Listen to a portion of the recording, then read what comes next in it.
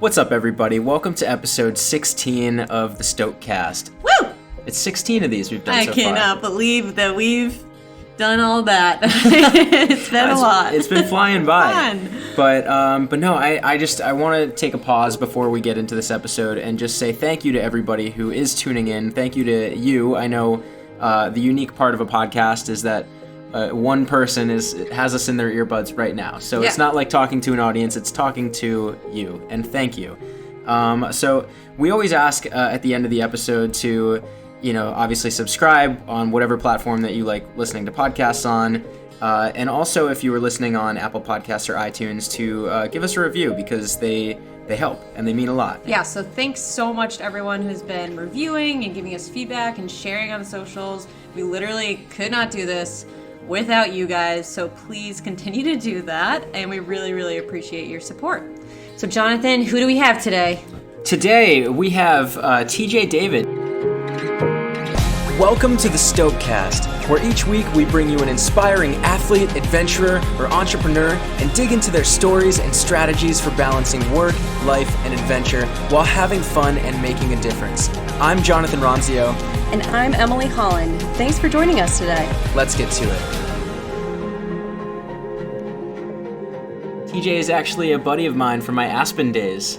Awesome. What does he do? What is he all about? TJ is a professional skier. He is a trail runner, a plant-based endurance athlete. Love it.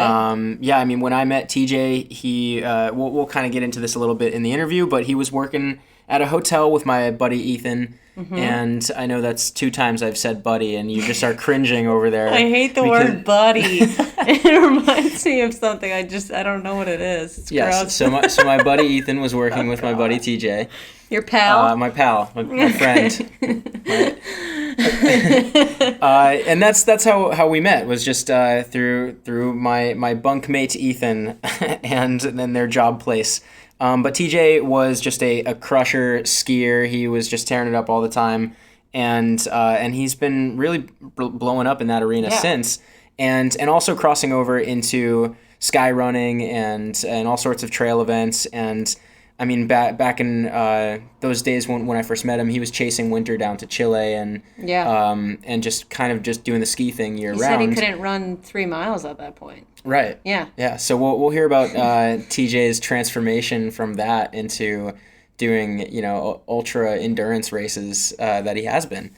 Yeah, I think just overall, he is hustling. He has a really interesting, lifestyle in Aspen. He's a really interesting dude. He has some interesting thoughts about mindfulness, meditation, and a plant-based diet. And it was a really wonderful conversation. All right, well, let's dig into it. All right, let's do it.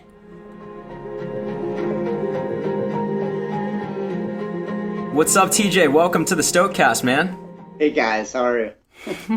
We're doing great over here. How are things in Aspen? Beautiful. It's fall. The colors are going off right now. Things are amazing. So you guys... They're about that good. You guys know each other somehow. Well, from Aspen, yeah. Oh, well, that was my lead-in. That was Jonathan, your lead-in? To you saying, she's setting it up. I get it. It's been a while. Okay. So back in, what was it, 2011, 2012, I was living in Aspen, as was TJ. And we met there through just my bunkmate. I was in a bunk bed. I was top bunk. It's true, yeah. It was perfect. I mean, $500, and I was like 2 blocks from the gondola, and it was a good year on top bunk. But you guys had a good spot for sure. So taking that top bunk. So you worked at, it was the Little Nell at the time, right? I did, yeah. Yep. Yeah, so that's how we met, because my buddy Ethan was working at the Little Nell also as a bellman or valet. I forget what he was. Is this a hotel? What is this? We were driving. Yeah. Oh, nice. So how many amazing cars did you actually drive? That is like, is that before Tesla? So there wasn't Teslas. Yes, this was definitely before Tesla. I've never driven a Tesla. We drove some nice cars. Nice.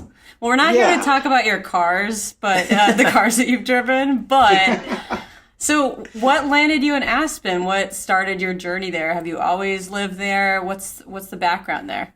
I guess in brief, the background is when I finished school in New York State, I moved to Utah and I spent 2 years living there. Nice. That's kind of where I first got sponsored as a skier and where I first started a short-lived journey in competitive like free skiing, big mountain skiing. And then I spent a little bit of time in Denver and with my family there, and then moved to Aspen a little bit on a whim because a really close friend of mine had spent the previous season living here in Aspen, and he spoke really highly of it. And I said, okay, I'll give it a shot. I'll apply for some jobs. I got the job kind of when we first met, Jonathan. I got that job at the Little Nell, and I had no idea what to expect. And I've been here ever since, and that was in late April of 2011 that I moved here. So I guess it's been pretty terrible then living there. It's been a few years, but I can't seem to get away for, anything more than a few months at a time. I always find my way back here. It's certainly a special place. Man, so Yes. all right, you glossed over the short-lived career as a competitive big mountain skier. I want to hear a little bit more about that. We had a Subaru free skiing world tour here in the States, and I don't keep up with that too much anymore, so I don't exactly know what the format and programming is now. But I did 3 or 4 seasons of competing at those stops. We competed in Crested Butte, Revelstoke. We competed in Snowbird all the time. California as well. And New Mexico too at Taos. That's a great mountain. And that's kind of, I don't know, I think that is many people's space for in an introductory into sponsorship world and working with companies. I really I followed that tour and a lot of the riders when I was in college and kind of thinking about moving to places like Colorado or Utah to ski. And for me, that kind of fit the natural progression and style of my skiing at the time.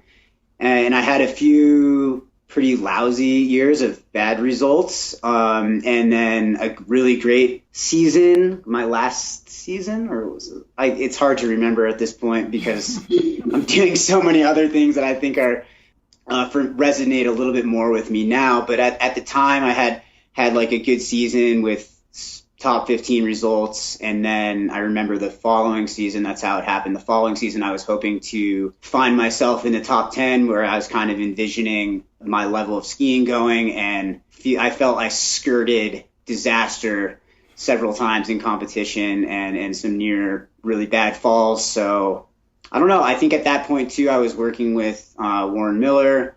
I'd done a shoot. And then one in Aspen, and was kind of getting more media stuff out there. Social media was coming around, and I didn't need to pursue competition level skiing as a way to build brand awareness for myself and for potential partners that I had at the time. And so I kind of graduated into more content creation and true brand ambassadorship, things of that nature through that particular avenue. Right, so you were kind of right on the crest of that wave of when everything shifted from the traditional way that professional athletes had to go and make a career and get those, win those competitions and get noticed and get written about versus being able to create this persona and engage an audience without the middleman. Totally. That's an interesting progression, honestly. I remember when I first got Instagram and I went on this trip to Whitefish, Montana, and all around Montana for making a small film with Ski Magazine with Brody Levin. He accompanied me, and I couldn't believe he had 20,000 followers on Instagram at the time. And I kind of learned from him that was a really powerful marketing tool. I kind of, I don't know, I really didn't think a lot of it at the time. Like content creation was great, working with photographers and getting images published in magazines is huge, but you can easily magnify your level of engagement, et cetera, by having that kind of platform and utilizing it really well. Brody's obviously one of the best examples of that. But I do remember I was like, wow, man, you have 20,000 followers. And he posts a photo of me on his thing, and then all of a sudden people are following me. I was like, this is a really interesting thing. I could see right then that was going to become a huge part in the development of many athletes' careers and in controversial ways as well. Well, you're super active on Instagram now. How has this progression gone for you? And what is the, I guess, balance of being really active on Instagram and those platforms, but also remaining present in the moment when you're out in the mountains doing what you love to do, like trail running or skiing? Well, I think there's a balance. I think there's definitely a balance there. And I tend to try to like really hold myself to that balance. If it doesn't feel like a right moment to like take my phone out and take a picture, I just don't do it. I don't do it I do it for myself mainly. It is promotional and it can be used that way. I can promote myself with it. I can promote my partners to a large audience that way as well, which is really neat and special. But I really try to keep it in check a little bit, and I don't want to portray anything that isn't like very candid. So if I feel I don't have anything completely, I don't know, worthwhile or that shows something that I want to show, I won't put it on there just because in the end that's the Instagram page is a reflection of me in some way. So it should always, I think, I'm putting forth, my best content, but at the same time, like the voice that I want to have. Yes, I mean, so you said you were like kind of marveling at Brody's numbers years back, but you've obviously figured something out in the formula yourself, because now you're sitting at that same mark really, and have this really passionate, engaged following that's cheering you on as you're sitting on top of gnarly couloirs and climbing up crazy shit out in Chamonix and running through all the aspen groves out there in Colorado and like doing all this stuff and posting about your diet and everything, right? So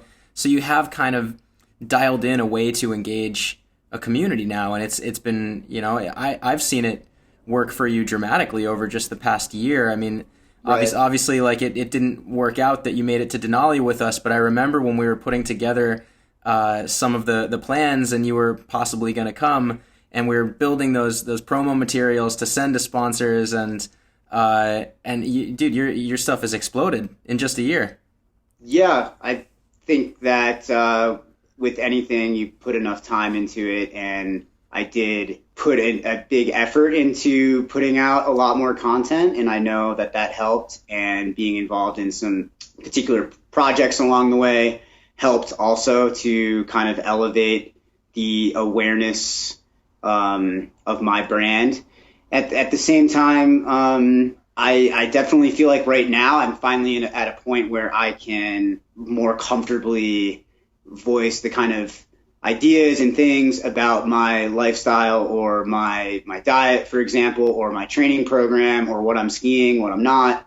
I feel more comfortable voicing that because I have a larger audience that is actually listening and engaging, and I'm not necessarily putting content out there with the sole purpose of building up that level of engagement, branding, following, which is really nice, because in the end, the whole purpose of, I guess, having an audience is to hopefully share something that's actually meaningful and maybe gives somebody else. I mean, I don't want to overuse the word inspire, because every athlete seems to want to inspire somebody to do something. My whole point of it is I'm kind of trying to show people I'm not like that very different from anybody else necessarily. And that, in fact, if you just really work hard and put passion into something, you can develop a career out of anything, essentially. I do believe that, and that's kind of where I'm trying to take my message.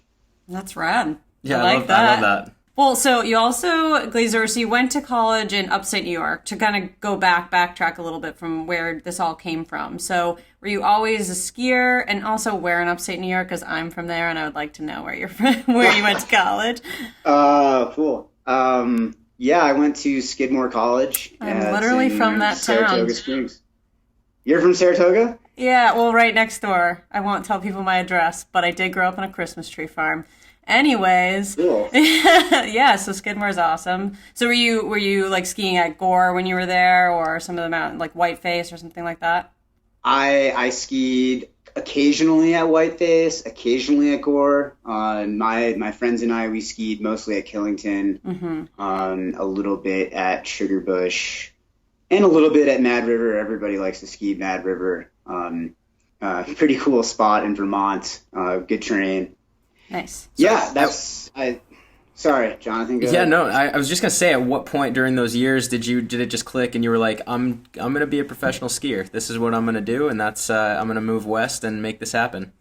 It didn't really happen that way. I was always passionate about skiing. I've been on skis since 4 years old or somewhere around there, and like being able to ski a lot in college was a huge thing for me. Being an hour and a half from Killington was awesome. And fortunately, I grew up in a family that skied a lot, and my mom and dad were always facilitating ski trips. So skiing has kind of always been something that I was passionate about. I always loved to do it. I actually played college tennis, a pretty competitive program. So I remember having difficulty balancing my desire to go skiing and then also to put in like 3 hours of training in a nationally ranked program. That was that was tough sometimes, honestly. And I definitely remember having internal battles about whether I wanted to continue to pursue like college athletics while my friends were, going and skiing somewhere for the weekend. But in the end, I don't regret it. I ended up, I didn't diverge from that path. I did 4 years of college tennis, and we had a great program. That's kind of the finer things that I look back on from 4 years at a liberal arts school. And it was, when you're in school, you're balancing like all of this stuff. So I studied political science and like international trade law. I also studied music as well. So I kind of, my passions were very diverse, and I wouldn't say centrally focused on any one thing at that time. But I always did think that I was going to go to law school, and pursued pretty rigorously like that route until I moved to Aspen. And that's when I had already had developed relationships with brands through, like I had mentioned, through skiing and competition. And I realized, like, having worked in a law firm, having sat behind a desk, and what I did half the time, I just daydreamed about being somewhere else, being in the mountains. I knew that I wasn't quite as engaged with that, and I think that was more of a product of environment and being kind of from a career-oriented East Coast family, that like having a very traditional job almost seemed like, I don't know, like there was no question that was something you needed to do.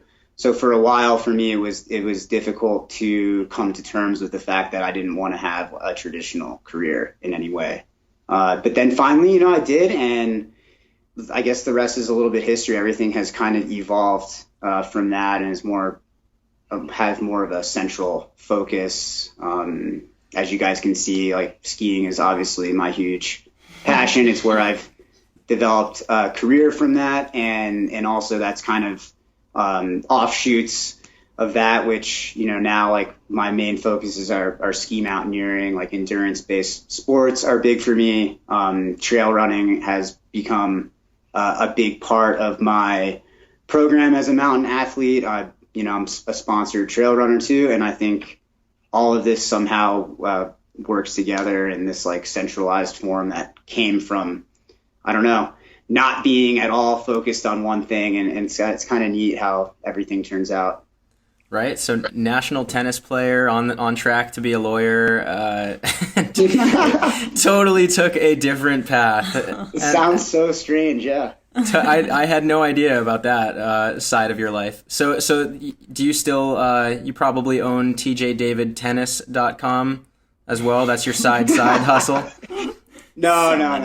That's I hardly ever play anymore. I'm just on occasion. When's the last time you got out there? Couldn't tell you. The last racket sport I played was ping pong. I don't even know if that's more of a paddle than a paddle racket. Sport. Paddle sport, yeah. That's funny. Ping pong should be listed, along with like stand-up paddleboarding, paddle sports. Absolutely, I agree. They're in the same category. Maybe combine them. Sports. Maybe we have stand-up paddle ping pong. Yeah, you guys are starting a business. This is awesome. I like it. I'm glad I'm witnessing this. That's how ideas flow, Emily. So you mentioned you are a trail runner now, and let's talk about how that has evolved for you. Because I mean, you weren't out there running for 4 hours a day 7 years ago when I lived out there and we were hanging out. Like this is a new endeavor for you to be like crushing trail and signing up for all these races and exploring the summer side of mountain sports. In fact, when we first met, I could probably hardly run 3 miles, let alone run up a mountain or participate in any kind of trail race. It's pretty crazy what's possible if you are willing to work hard. Skiing in the summer was kind of like an endless, like the following winter all the time. That was like my endless pursuit.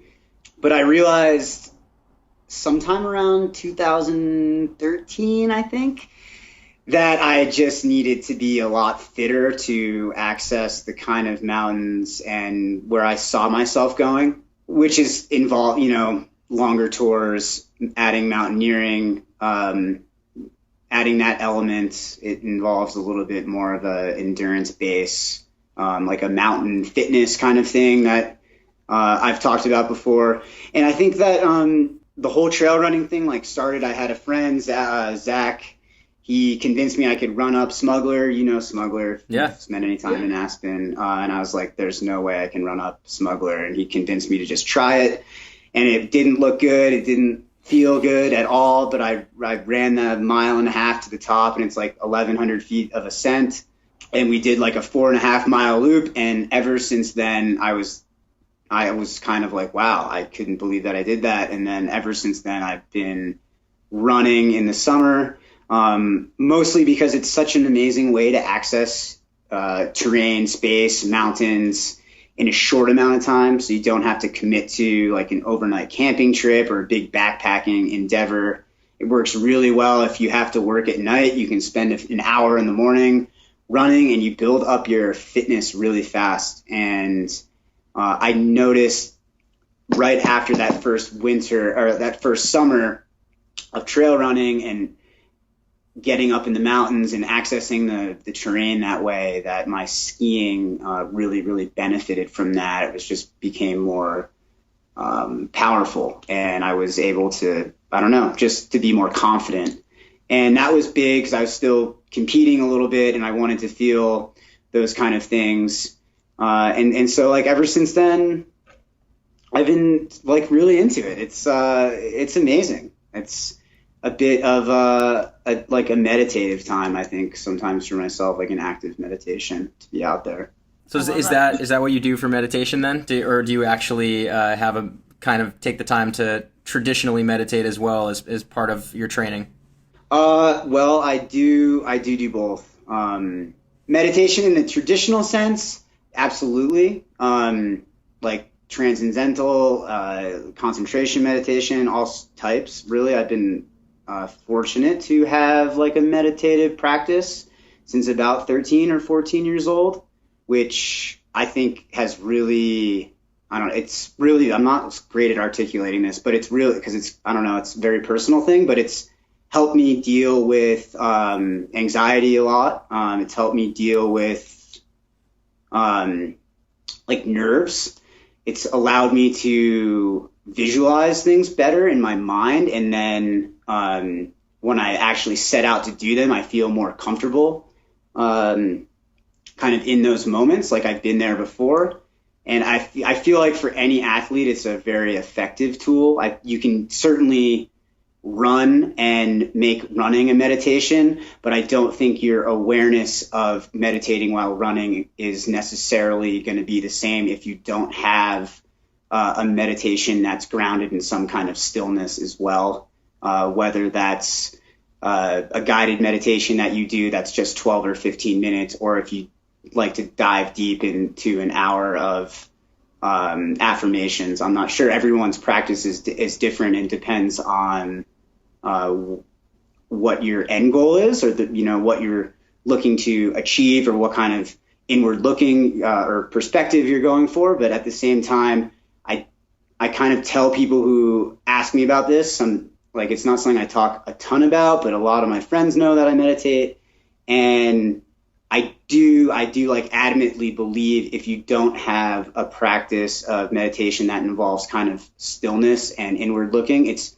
difficult to walk and meditate, or also run and meditate with the level of awareness that you would really need to get like that full experience from, where you're like really finding a place of inward calm and all of the great things that come from that. Totally. I get that. I think it's about building foundation before finding flow. It's like, Totally. You love yourself before loving others, right? It's the same kind of thing that you have to like work inward before outward. So I get that 100%. I think that's a good point too, though, is that a lot of people, like me included, when I first started doing meditation, I started using Headspace, and I was just like, I just fall asleep. I don't like think about, I just can't, I couldn't get into it, but I had to go about like looking for other things, other ways of going about it, or literally just using a different app. That I just like the guy's voice better, like little things Right. like that. So I think people need to be more open to just trying different ways of being meditative, because it's so insane how beneficial it is in the moments that we are in movement. It's crazy. Yeah. Right? it's very personal. Yeah. It really is, and I guess it kind of, if you're big into running or walking, and you do find those practices to be somewhat parallel to meditative for you, I do think that it really comes down to your awareness of breath in those during those activities, in those places. So if you don't come from or have some kind of background with a practice that is more rooted in stillness and breath work, it's harder to maybe achieve those places in your mind that you actually like see yourself going with the meditation. It can be more difficult because you're adding activity that produces a lot of different reactions in your brain. You could be, like you mentioned, Jonathan, like kind of flow states and things like that. Those can be accessed in different ways. Those can be accessed from like overexertion, or flow state can be, or that like runner's high deal can be accessed through like a hyper awareness of your breath during the activity. You can enter the same space. You don't have to overexert yourself. I was just reading Scott Jurek's book, Eat and Run, and he talks about like that side of things, where he would enter, these flow states through like extreme physical exertion. Maybe perhaps he has a better awareness of breath, or more. He seems to talk about having those things, but I know you can access, because I can, those same places without exerting yourself like to level 10 out of 10. And it's pretty cool. I think for anyone listening to this, if you're interested in meditation, it's not quite as difficult as people perceive it to believe, or what like kind of common culture says, oh, meditation is really hard. You have to be able to focus. Well, I was 13 and 14 years old when I started doing this. Yeah. And trust me, I couldn't concentrate on anything. That was the whole point for me to start with like visualization practices, or kind of like small guided meditations. And And that's where I recommend for people to start, with something that's guided, where it's mostly visualization, where you don't have to deal with clearing your thoughts completely. That's not the point. More of a transcendental meditation practice is much more easy to grasp. And there's a lot of stuff on YouTube. So just search for it and dive in. I love that. I think that really is one of the biggest misconceptions about meditation, is just that it's like people think, oh, I can't clear my mind. There's too much going on in my head. I can't clear my thoughts. And it's like, no, it's not. It's just about sitting with your thoughts and taking that step back and just being okay that they're there and breathing through it. Yeah, in a way, absolutely. I like that. I like how that was a very concise way of saying it. That was perfect. So beyond meditation, beyond what you're doing on the trail, I guess I'm kind of trying to just like understand here what your routine looks like. What's like a day or a week in the life of TJ as you're training for the big mountains this winter or the big races this summer, from a balance of building the body and the brand. Oh, wow. the daily TJ, I don't know. That's tough. Every day is a little bit different, but in general, I train for an hour to an hour and a half a day.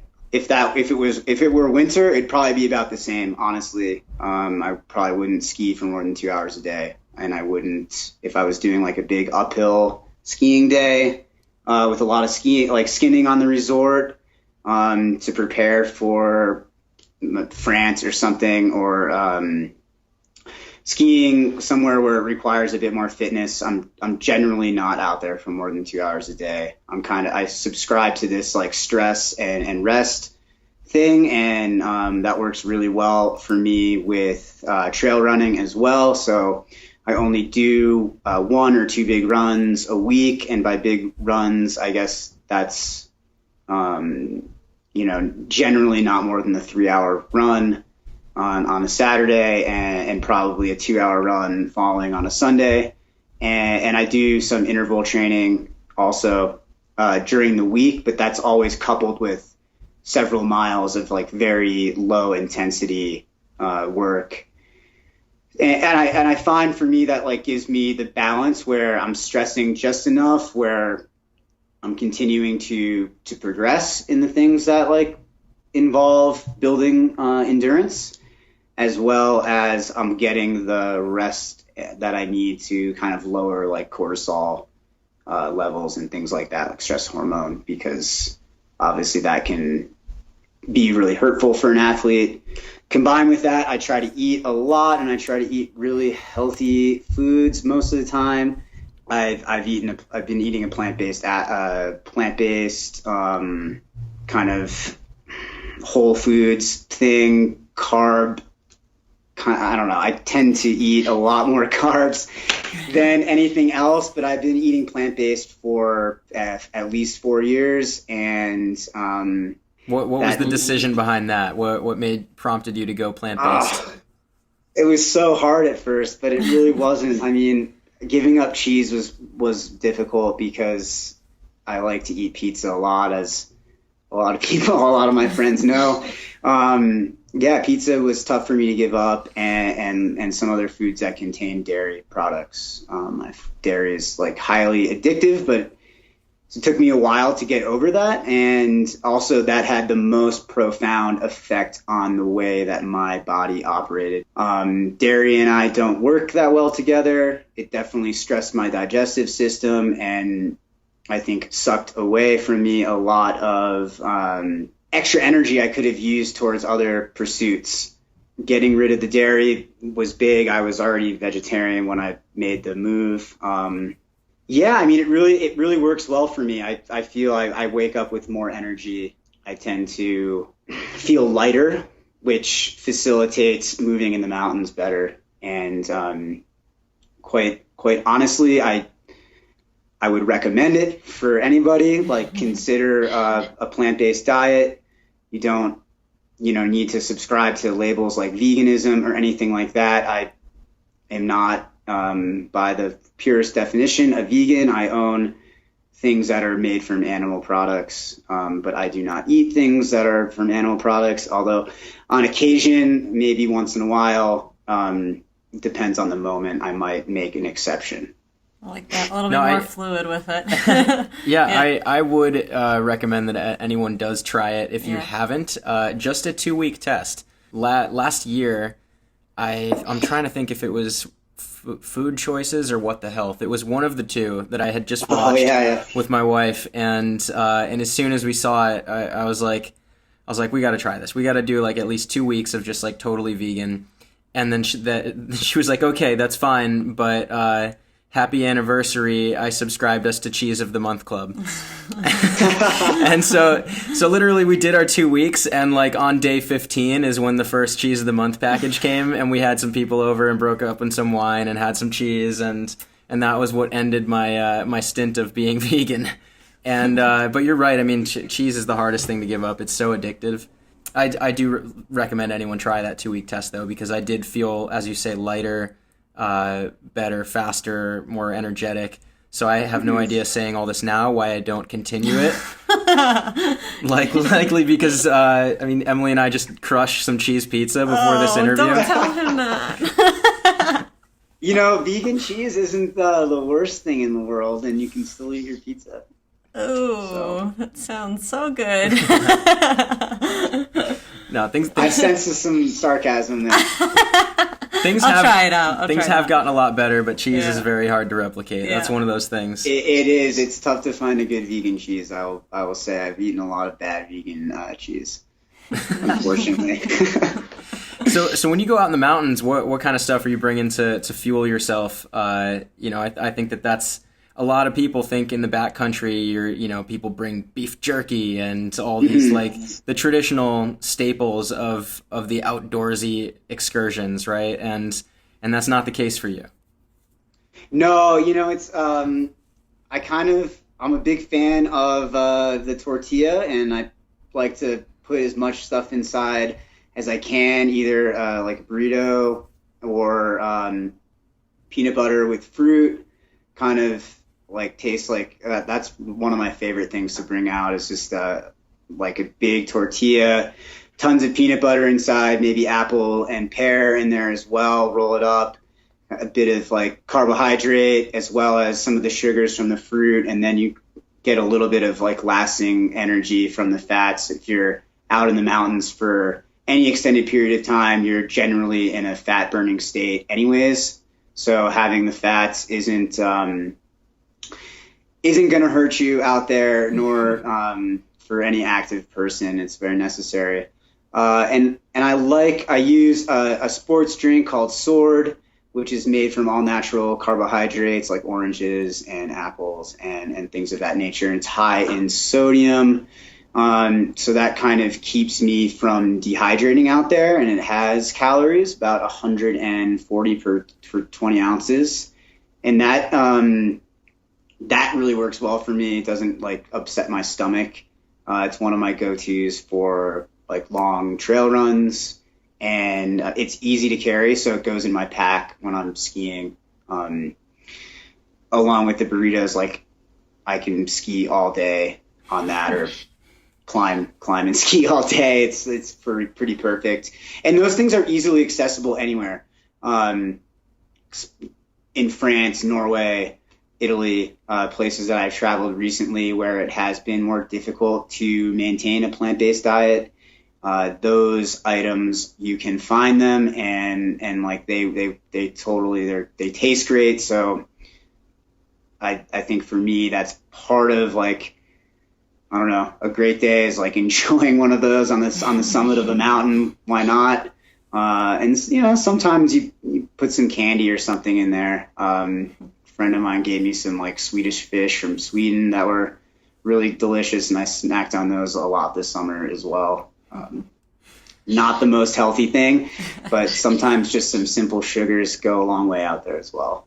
Oh yeah, totally. That's why people trail run, right? Isn't it to eat Swedish fish? I thought that was the and donuts and donuts. Yeah, that is why. I thought that was it. Okay. And for the cold beers afterwards too. Yes, that is very helpful. The reward.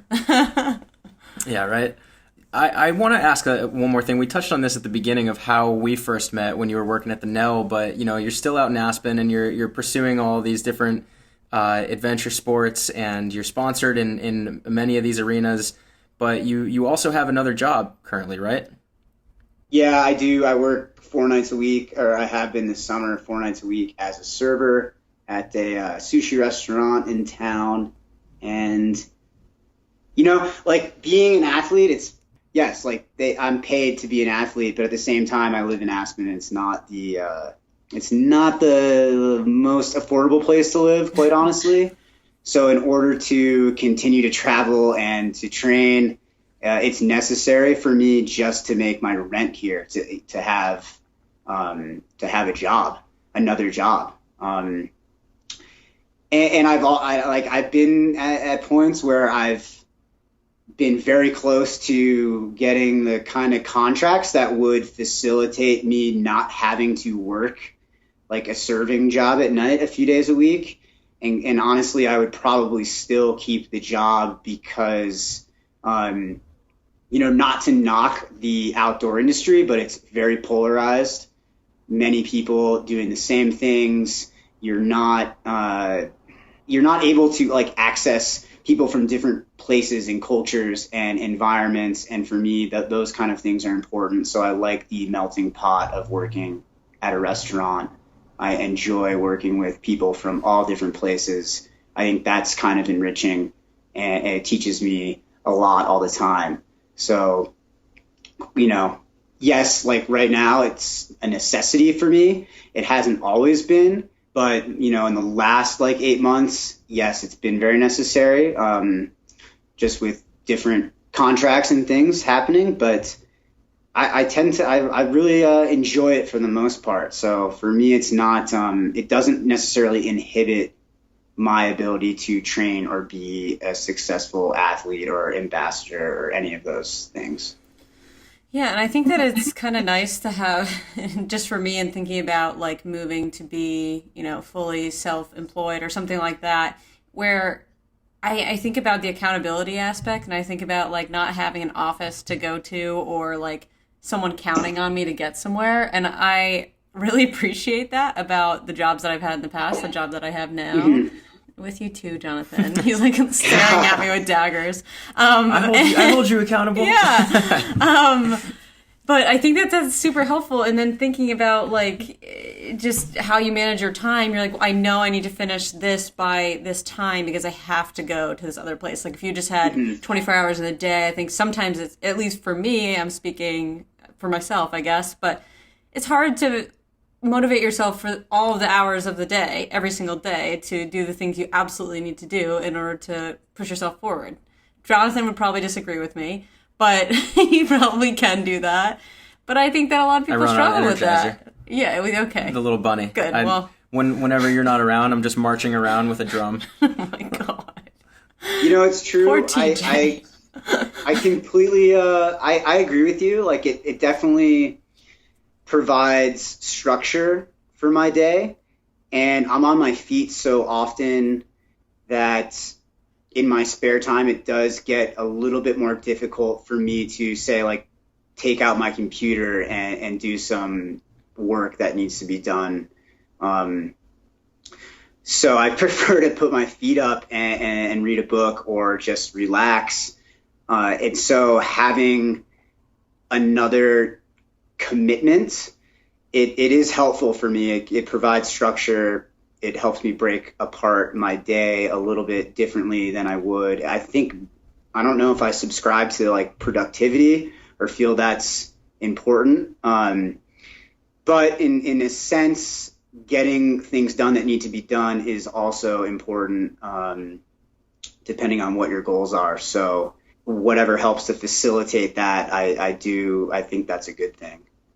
Yeah, I think it's really refreshing to just like hear that, and to know that like probably 95% of people that are trying to make it in this industry, or maybe by all like outward appearances are making it, are likely not fully supported by this industry and are doing multiple different things as side hustles or full hustles to make ends meet, to build the lifestyle that they really want. They're putting in the work where it needs to be put in to, enjoy the fruits of the outdoors in the best ways that they can. Fruits in the outdoors absolutely. too. Enjoy fruits in the outdoors. Like DJ said. Of them and in them, yes. Yeah. You're right about that. And I know that to be true from my own personal experience, as well as knowing many athletes. It is a hustle, and in the end, sponsors know that we would all, as passionate human beings, they know we'd all be doing this anyways, even if we weren't getting paid for it. So having that leverage over the athlete is sometimes a little frustrating, because we tend to work at a discounted rate, especially considering the amount of risk we take on and the amount of stress that we take on doing these things, which we love to do, but do help to promote,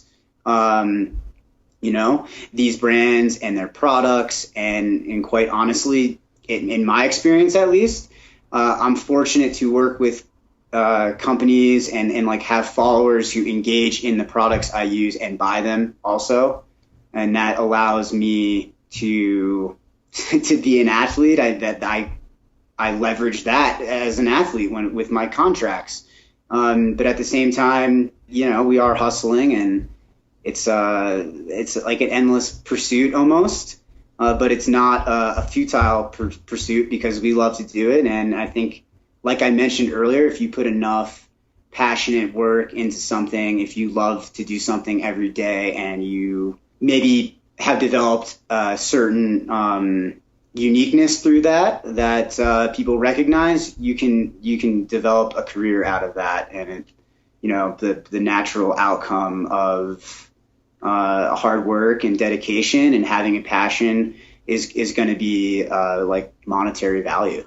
So how much are you thinking about, like, in, if you're going to do a shoot or you're filming a segment for an upcoming spot for the winter, or even just a post on social, how much are you thinking about, like, is everything I'm wearing part of my sponsored kit, or like are other brands gonna like see that I'm repping something and grab that photo even though they're not paying for it? Like, there's a threshold that gets crossed when you do start taking on those contracts and getting paid for posts versus the masses that are just flooding Instagram with images and tagging all of them in the photos for free, and those brands get to use all that for free. So there's like, it's kind of a blurred line. It is a blurred line. I'm very aware of all those things. I try to promote and give some kind of like natural branding to my posts, but I feel like those things, they tend to unfold as they're supposed to, and I don't necessarily go out of my way all the time to do that. That wouldn't be very candid. I think it would feel like way too much of like a pay to play type thing, and that's not my message or the way that I want to portray myself. And my brands, the ones that I work with, they don't really pressure me to post in any one way or another. Like, obviously the posting is extremely important, but I think the overall pursuits and in the way that I show the things that I'm doing, those are more important than necessarily having a logo present in every single photo that shows up on my Instagram page. I think if you build the proper relationships, there seems to be an attachment with my brand and the other brands, where somebody knows me as an athlete, they'll know I work with Dina Fit. Somebody knows me as an athlete, they know I work with Kesley or Aspen Snowmass or any of my other partnerships, because they're engaging enough with my page that they know that. Like, so if maybe for new followers, it's going to be different, but I like to, I don't know, engage with like my core followership. And for me, like, I do that in a candid way. So yes, being presentable and wearing logoed apparel and things like that, yes, that can be very important, especially during specific photo shoots, really mainly for skiing. Because if you have a photo published somewhere, it's obviously that would be more income for me if branding is present in that imagery. But is it the end all be all? No, not ever. Well, I follow you, and I think you're very authentic on Instagram. So I think you're doing a great job. Okay, I think have we made it to our last question here? You want to hit him with that? Oh no. Do you know what's coming? No. He has no idea. No. So what does stoke mean to you? Stoke, to me, is, I would say that's the outcome of participating in an activity that you're passionate about. It's getting out there. It's doing something that you love to do. It doesn't matter what the level of that activity or sport, whatever that is. It's like doing something that is meaningful for yourself. It's doing something that expresses something about you, and that produces stoke. When you're doing things that express yourself, the things that you love and you're passionate about, they mean something deep inside you. You're gonna feel really good, and when you feel good, you're stoked. Love it. So you've got a couple things coming up that are going to produce some stoke for you, I think, right? What are these races that you're going to be doing? Sky running event in Indian Creek, Colorado, and I'm excited for that. Sky running. I love running that steep name of a sport. Hold on. Let's pause there for anybody listening that doesn't know, what is sky running? I would define sky running as it's like marathon or ultra distance, so 26.2 or around 32 mile distances with a lot of vertical gain in a short amount of miles. So, for example, the North Face 50 mile championships, which I'm running in November, has 11,000 feet of climbing. And that's over 50 miles. An event in Aspen that I did a month ago, the Power 4, had the exact same amount of elevation in 32 miles. Yeah. So it's way steeper terrain. And it's so it makes for more fun descending and less fun ascending, but just very challenging. And it's a good time.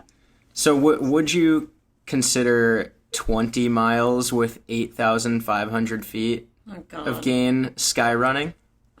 Yes. Yeah. Really? Definitely. Really? All right. That's not under the threshold? I mean, it's so close. Who am I to judge? He's just asking because he just did this weekend, so he wants your approval on it. So he must know. I think you nailed it. Thank you. All right. Thanks. He's a glass half fuller, and you're a poo poo to you. Yeah. All right. All right. So let's. Where can people connect with you? It's tjdavidski.com, and also on Instagram it's same thing, or no, TJ_skis, right? Yes, at TJ skis, yeah. And are you? Instagram is primarily where you hang out, but are you active elsewhere? You can find me on Facebook if you'd like. I tend to put everything into the Instagram kind of forum. I'm not the multitasking type with anything, so if you want to keep up with any of my activities or training or how many pancakes I ate for breakfast, you can check me out on Instagram. Yeah. Awesome. Perfect. So I would give you multitasking credit when it comes to skiing and trail running, though. That's you're balancing two pretty high performance active careers. So congrats with your success so far, man. It's been amazing to see your progress since we first met. I appreciate you guys having me on. This was a good conversation.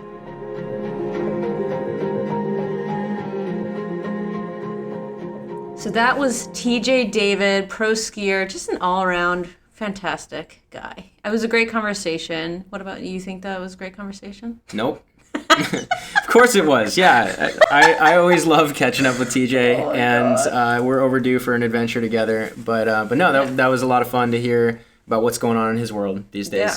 Well, so I was reminded in that episode, I think, of how important mindfulness is and meditation. Like, we've touched on meditation in the past in some of our podcast episodes, but we haven't really got to that level. And it just reminded me of like how accessible it can be to everyone and how important it is. And I was really taken by his passion for it, really. And then the other thing is that, I mean, these pro athletes that we talk to, we talk to them about how they're like winning sponsorships and winning brands, but we haven't really got into like the nitty gritty of what that hustle really looks like. And sometimes it means that like server job, or sometimes it means like working in an office during the day or whatever it is. And I thought that was awesome to see that like transparency from him. Yeah, that is the reality of it for a lot of people pursuing these outdoor careers, is that what you primarily see on social is really the side hustle. Yeah. And I know I touched on that in the 2 episodes back with Chris Burkhardt, talking about how whatever brand persona I was creating was really the side hustle to the things that I had to do to support that lifestyle. Yeah. But I appreciated that, because it's just another reminder that the hustle is always going on, even though like what you see on social media can seem so beautiful and like picturesque as a lifestyle. Totally. Which TJ's social is. So again, I mean, if you're not already following him, check him out. It's TJ_skis. Yes. He's great on Instagram. I love following him. Yeah, lots of rad ski pics, lots of beautiful pics around Aspen and trail running, and as he talked about, pancakes or salads or whatever.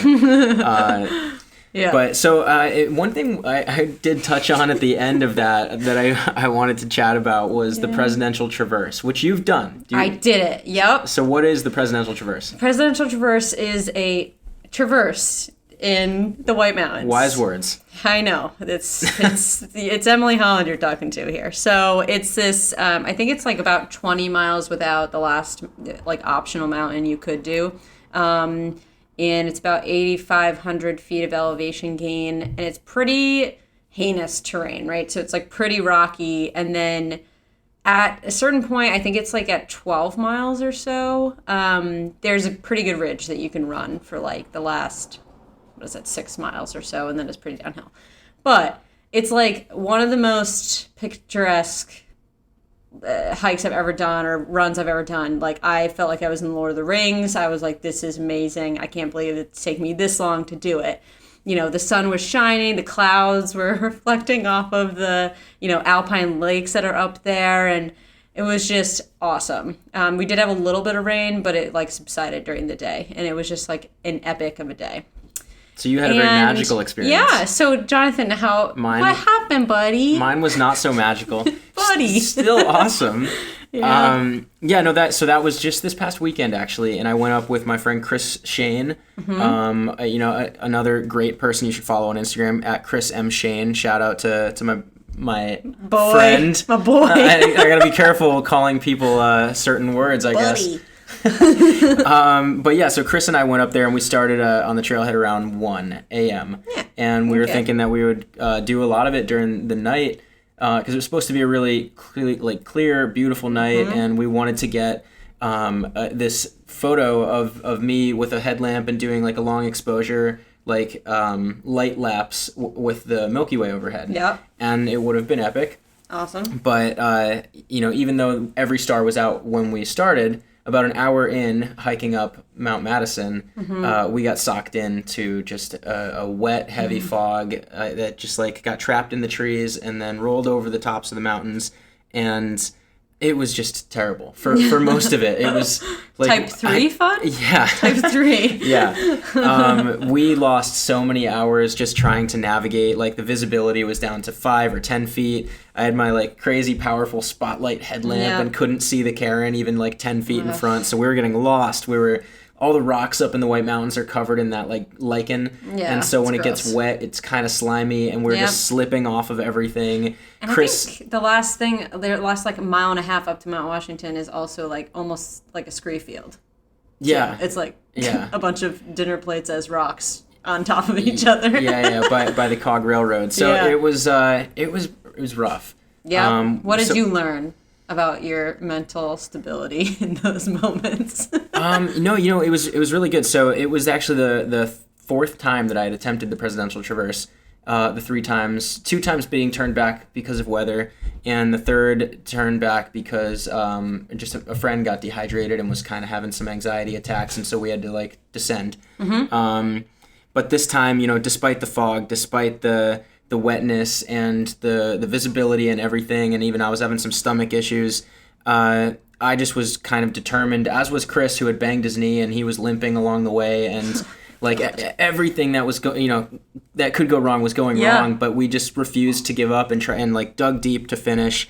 And for me, that totally gives me the confidence for our marathon in a month, knowing that like just an additional 6 miles and half the elevation is what literally less than half. What we're doing in a month. And I know that, you know, despite everything that had happened and how brutal it was, for the last few miles of that, the sun did come out, and I was able to find it, you know, within me to run the rest. So I definitely want to get back up there when it's nice. Yeah, it's so hard. I mean, people that are not familiar with Mount Washington, it's like one of the most temperamental mountains, at least in the Northeast, as far as weather goes. So whether that you look at, you know, an hour ago could be completely different. You know, the same thing happened with us. We didn't expect it to actually stop raining the entire day, and it fortunately cleared up. But it's so beautiful, so I encourage anyone who wants to trail run it or just like backpack it. There's some huts up there that you could stay at if you want. It is so incredibly beautiful, as are all the White Mountains. But we will check back again once we actually run this trail marathon. I know, right? We've talked about it a few times. We're getting close. Oh, no. Yeah. So we will check back in. But as always, everyone, thank you for listening. And if you haven't already, please leave us a review. That was a really weird staccato way of saying that, but it sounded cool, right? Definitely hit the subscribe button and share this episode or any past episode that you've loved with a friend, with a family member, colleague, whatever. Anybody who you think would enjoy it. We really, really appreciate it. Keep tagging us in your Instagram stories, because we love to see that you are listening and getting something out of this. And we love engaging in those conversations with you when you do tag us. So it's at the Stokecast, or at Jonathan Ronzio, or at @E_Halls. And HOLLZ. That's it. That's it. And we'll be psyched to hear from you. And beyond that, of course, go check out the show notes from today and everything TJ at thestokecast.com. All right. Thanks so much, and keep sharing the Stoke. Thanks so much for tuning in. I'm Emily Holland. And I'm Jonathan Ronzio. We'll catch you next week with another episode of the Stokecast.